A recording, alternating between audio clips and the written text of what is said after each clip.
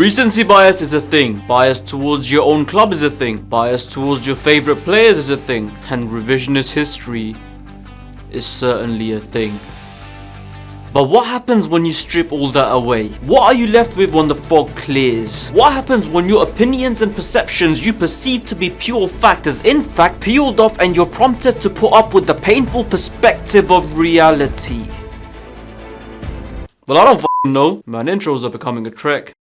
Anyways, you saw the title, and here's the criteria upon which I'll judge. No changes there, why would there be? But keep in mind, these seasons are mostly overrated by fans and not just officials or judges or whoever the fuck decides these awards. For example, Andres Iniesta was given the bronze medal at the 2012 Ballon d'Ors, but let's be honest, we don't really believe he was that good outside the Euros that year. Same goes for Luka Modric in the 2018 World Cup, so they won't feature here. Though unfortunately, but unsurprisingly, there are a few bizarre rankings that the masses have somehow brought into, and here are a few examples of such cases, as these are 7 overrated seasons by great players since 2004. You should know this by now. Let's roll on. Number 7, Lionel Messi, 18-19. Okay, so I get enough stick from Messi fans here as it is. Fucking bring it on, bitches! So I'll be a bit calm here and try to reason with you the same way I did in my Ballon d'Or rankings video. Check it out. And that's simply by comparing Messi to Messi. So again, how the hell did some of you manage to convince yourself that Messi 18-19 was as good, if not better, than Messi 10-11? And look, by now I realize that some of you may not have been old enough to remember 10-11. And that's fine. A little scary, but that's fine. But what's not fine is talking about shit you don't have a clue on. Don't do that, kids. Messi in 2011 did what he normally does, but even against the biggest teams and biggest names on a regular basis. That's not normal. And the 18-19 season in comparison is pretty normal, but only in comparison. Because yes, admittedly, Messi's 18-19 was also brilliant. In his first season as Barca captain, he was undoubtedly the club's best player, and for me deserved a very closely contested Ballon d'Or. But he wasn't a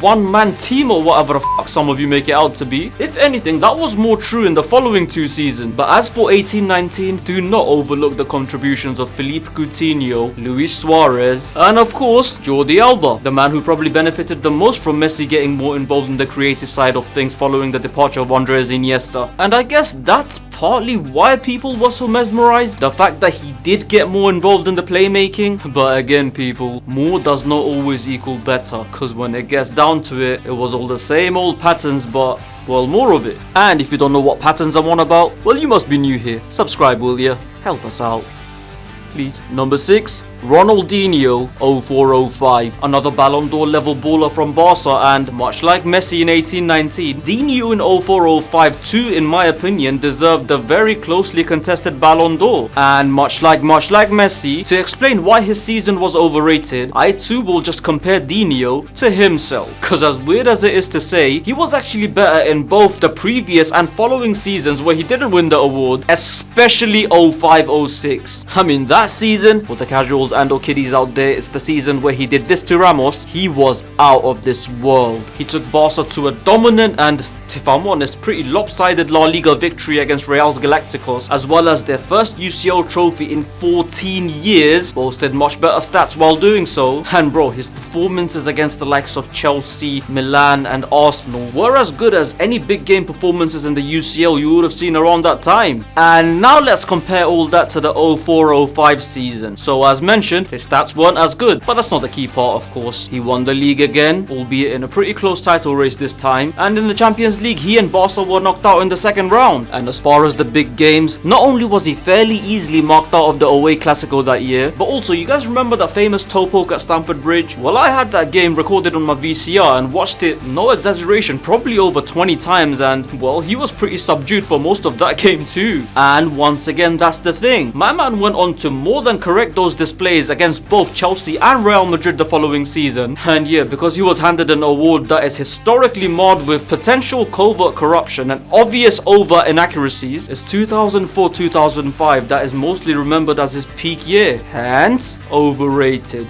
We clear? Probably not. Number 5, Ricardo Kaká, 06-07. I'm not explaining why again, go yourself, and then watch this video at 53 seconds, then go fuck yourself again, then watch this video at 2 minutes and 53 seconds, then go fuck yourself again, if you can at this point, and then watch this video at 9 minutes and 59 seconds, then you're probably superhuman if you still can, go fuck yourself again. What? Sounds like a plan. I mean, let's face it, it's not like you'll have access to a third party who will perform those duties for you. Unless you're the desperate kind who will just do it with anything and everything. Like, you know, a plant pot, a hole in the door, or perhaps a sister-in-law. Number 4, Ryan Giggs, 0809. Alright, first of all, let's get something clear. Ryan Giggs getting stick by the United fans for some of his performances around this time was certainly uncalled for. But was that as uncalled for as giving him the PFA Player of the Year in 2008-2009?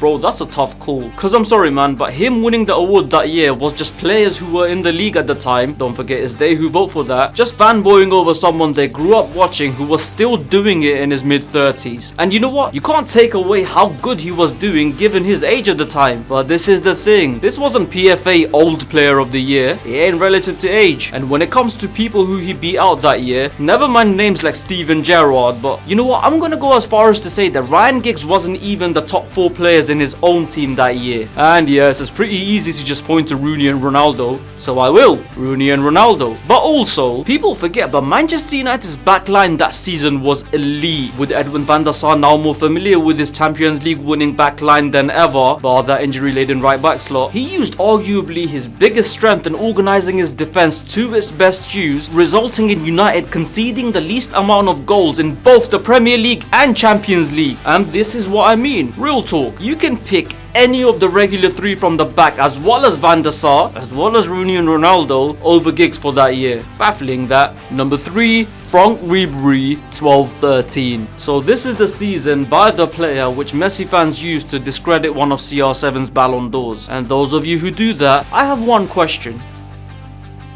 Why not Thomas Müller? He was the actual best player in that team, so why not him? I'm actually curious. Go on, tell me your answer. Let me know why not while I wait for your own second thought. Shut up, let me tell you why not.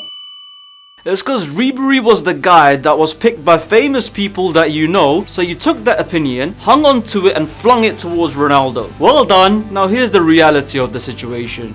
Franck Ribéry in 12-13 underperformed in most of the big Champions League ties, including the first semi-final against Barca as well as the final against Dortmund, missed a couple of key games in Bayern's route to the domestic cup, and while he was brilliant in the Bundesliga, was he really more impressive than someone like Stefan Kiepling, who won the Golden Boot despite playing for a team who totaled over 30 goals less than Bayern Munich? Of course he wasn't. And since he wasn't, as I've said many times, when you have all those factors working against you, you can only combat it with insane statistics a la Messi 2012. And while 11 goals and 23 assists is admittedly really good and was probably the Messi 2012 equivalent of Franck Ribéry's career, in real time, Messi 2012, it sure was f***ing not. Do your research, kids. Number 2, Luis Suarez, 13-14. And I guess it's that time of the video to remind you guys that overrated does not equal bad. And Luis Suarez in 13-14 was far from bad. In fact, it was crazy good. Up there with the top 10 greatest individual campaigns in Premier League history. But was it in the top 4? Well, I guess it just depends on opinions and preferences, but get the f*** out of here. So Luis Suarez in the 13-14 season scored 31 goals and bagged 13 assists in 37 games. So yeah, statistically, he's certainly up there. But yeah, fuck it, let's whip out that board again. So of Chewy Charlie's 31 goals that season, less than 30% were against the top 10, meaning over 70% were against the bottom half. But that's not it, cause check this. Not only was over 70% against the bottom half, but over 50% were against the bottom 5. Yes, over half of the goals of the greatest individual season in Premier League history were against relegation fodder. Let that sink in. You done? Good, cause I'm not. Cause even outside the stats, bar the Christmas away time game at the Etihad, he was marked out / disappeared in pretty much every big game that season. Well, also maybe apart from the time they ran over Arsenal. Not gonna lie, that was funny. And let's not forget, he also played in 3 FA Cup ties and a League Cup tie, where his overall impact in the 4 games combined to total the staggering sum of the cube root of diddly twat. Also, he ate someone in the World Cup.